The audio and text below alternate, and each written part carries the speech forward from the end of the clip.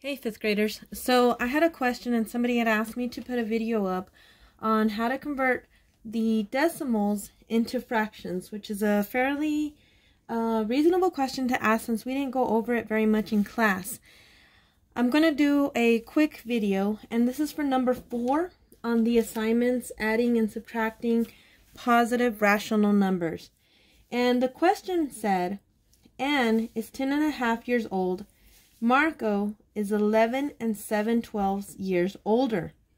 How many years older is Marco than Anne? Okay, so here what we're looking at, we need to convert the decimal into fraction because the answers, the options are all fractions. So we know we're converting the decimal into a fraction.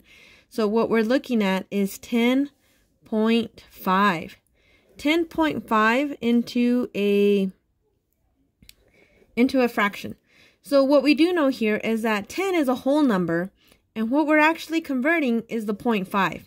Okay, so we're converting the 0.5. 10 is going to be our whole number, 0.5 is what we're converting. So here what we're looking at is this side over here is a little bit of notes, and what it says write down the decimal and divide it by 1. Divide it by 1. So if I divide the decimal by 1, it would look like this.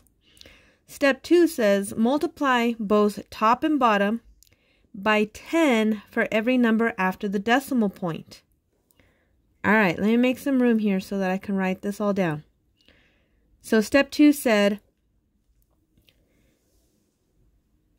it says multiply both top and bottom by 10 for every number after the decimal point. Well, there's only one number after our decimal point. And as we can see here, for 0.75, there's two numbers after the decimal, so they're multiplying by 100. It's in the 100th place. Here, our 5 is in the 10th place, so we're going to multiply by 10.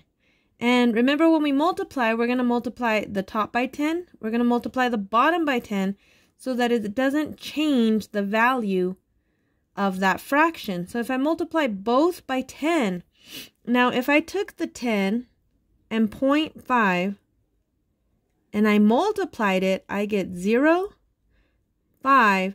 And how many decimal places were there? There was only one. So that actually becomes 5.0, or simply 5. And here we have 10 times 1 is still 10. Okay, so there's our fraction, guys. Our fraction says that now we can use our, I'm sorry, let me take that back. All right, so our original problem was 10.5, and I said 10 was the whole number. So now we know that this over here is our fraction. So now we know that it's 10 and 5 tenths. There's our fraction, guys.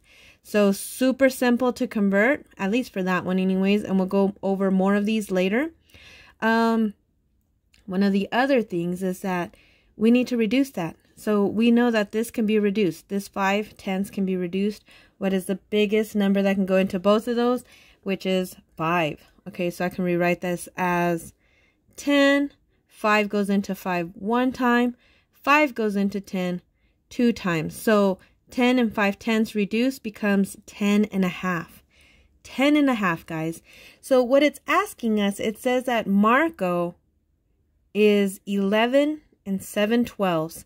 And Anne, now we know, is 10.5 years old, but we have to have common denominators. So how are we going to do this? Okay, so I'm going to erase this so I can write it down. You guys can see it. Okay, so Marco is 11 and 7/12, and we're going to subtract Anne's age, which now we know is 10 and 1/2.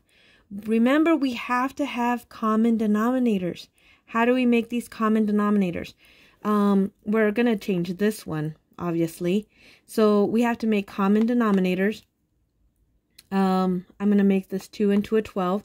And in order to do that, what do I multiply to 2 to make that 12? Well, 6, right? Remember, whatever we multiply to the bottom, we multiply to the top. So 2 times 6 is 12, and 1 times 6 is 6. All right? Okay, so that is the same thing. 1/2 is actually equal to 6/12. We multiplied them both top and bottom by the same number, so the value is still the same. So now I'm going to erase. Remember this, 6/12. I'm going to just rewrite it over here so that we can look at it.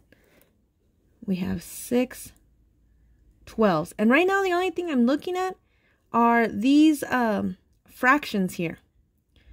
Okay, I'm taking these fractions away, okay? So I can take the whole numbers away. If I took 10 away from 11, I get 1. Now, if I'm just subtracting these fractions, 7 take away 6 becomes 1. And our denominators stay the same. That there is our final answer, 1 1/12. So now we know that Marco is 1 1/12 years older.